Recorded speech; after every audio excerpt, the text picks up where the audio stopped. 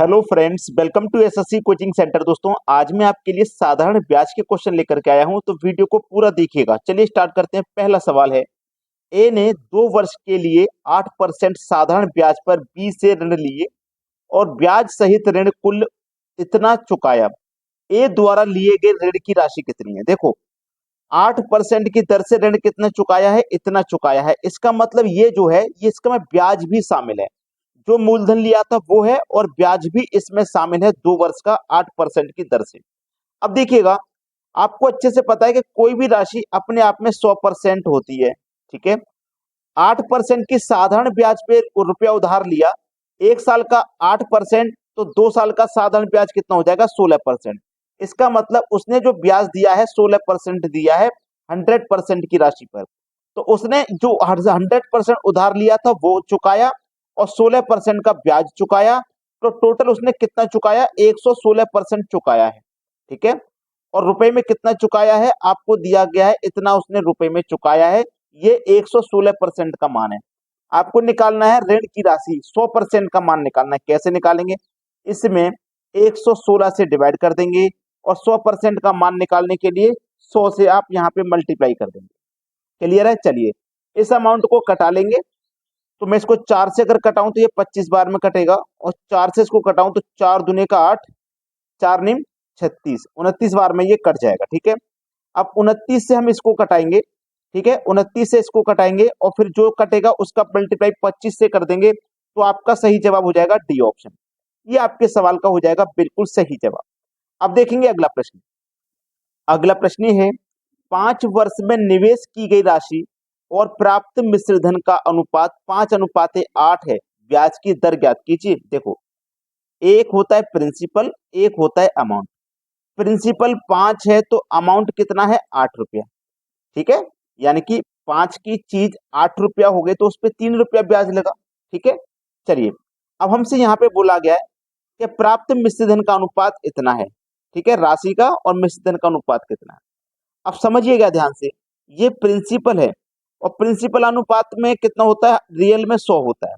भाई, प्रिंसिपल आपको नहीं पता लेकिन होता है कितना? 100। प्रिंसिपल को कितना मानते हैं? 100। तो कोई राशि 5 से 100 हो गई तो कितना गुना? 20 गुना। तो ये अमाउंट भी तो 20 गुना हो जाएगा। तो 8 दूनी 16, यानी कि 160। तो अमाउंट कितना हो गया? 160। यानी कि 100 रुपये मूलधन था, वो 160 रुपये हो गया। तो ब्याज कितना मिला? 60 रुपया ब्याज मिला। ठीक है, 60 रुपया ब्याज मिला। तो ये जो 60 रुपया ब्याज मिला है ये 5 वर्ष में मिला है। ये 60 रुपया ब्याज 5 साल का है। तो 1 साल का ब्याज कितना होगा? 12 रुपया हो जाएगा।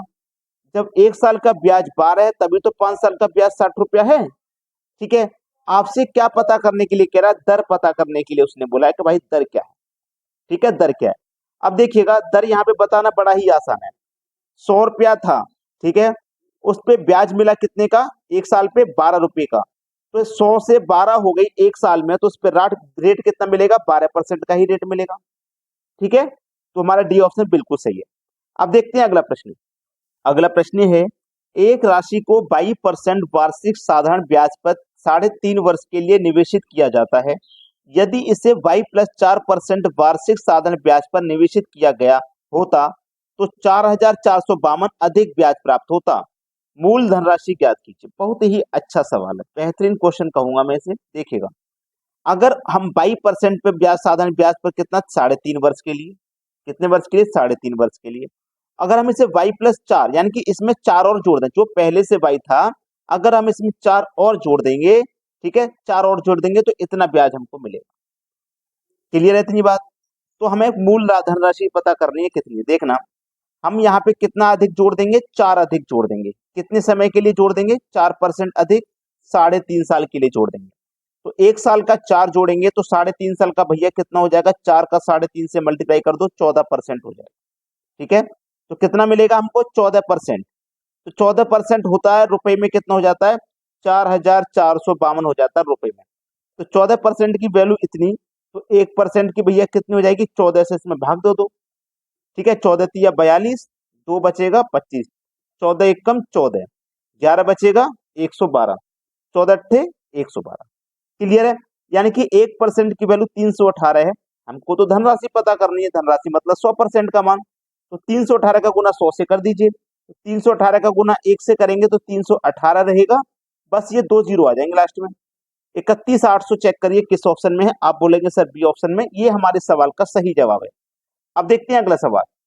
अगला प्रश्न है, ए ने 31 दिसंबर 2011 को अपने मित्र बी से 2,000 रुपए की राशि इस शर्त पर उधार ली कि वह 1 वर्ष बाद इसे 8% के साधारण ब्याज के साथ लौटा देगा, किंतु ए 1 जुलाई 2012 को ही धनराशि लौटाने की स्थिति में आ जाता है, उसे बी को कितनी धनराशि लौटानी है? यह सवाल CHSL 2018 में पूछा गया था। देखिएगा, रुपया कितना उधार लिया है? 2,000 रुपया उधार लिया है 31 दिसंबर को।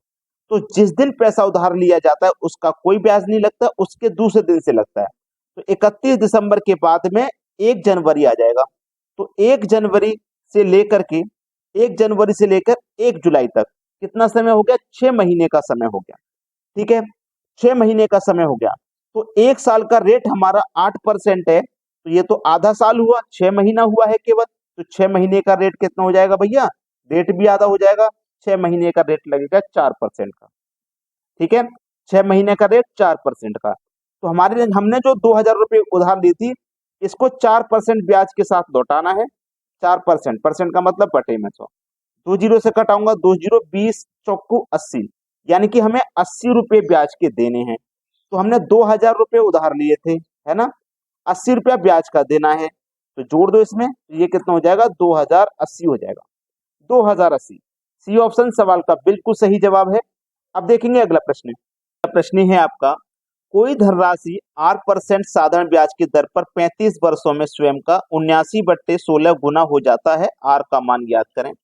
एक तरफ लिखिए प्रिंसिपल, एक तरफ अमाउंट। प्रिंसिपल कितना? 16, तो अमाउंट कितना हो गया? 79, यानी कि 79। तो 16 रुपए से बढ़ के आपका 79 हो गया, 16 से बढ़ के 79 हो गया। ठीक है, अब इस पे ध्यान देना, 16 था, 16 से बढ़ के 79 हो गया, तो कितना बढ़ गया? इसमें से इसको घटा दो, पता लग जाएगा। 9 में से 6 घटा देंगे तो 3, और 7 में से 1 गया 6, यानी कि 63 बढ़ गया। भाई 63 बढ़ गया, क्लियर है ना? इतना कितना बढ़ गया भाई हमारा? 63 बढ़ गया। अब ये जो 63 बढ़ा है, ये कितने समय में बढ़ा है? आप बोलोगे सर 35 वर्षों में बढ़ा है। ये 63 बढ़ा है, कितने साल लगे इसको बढ़ने में? 35 साल का टाइम लगा। ठीक है भाई, कितना बढ़ा हमारा? 63 बढ़ा। कितने समय में बढ़ा? 35 साल में बढ़ा। ठीक है, 35 साल में बढ़ा 63। कितने से बढ़ा था? 16 से बढ़ा था। प्रतिशत के लिए 100 से गुना कर देना, आंसर आ जाएगा 4 चौकू 16। ठीक है, 4 चौकू 16 कटेगा, तो 4 से ये कट जाएगा 20 बार, 25 बार में। ठीक है, 4 से ये 25 बार में कटेगा। अब इसको हम किसको कटा सकते हैं? 1 मिनट चेक कर लेते हैं।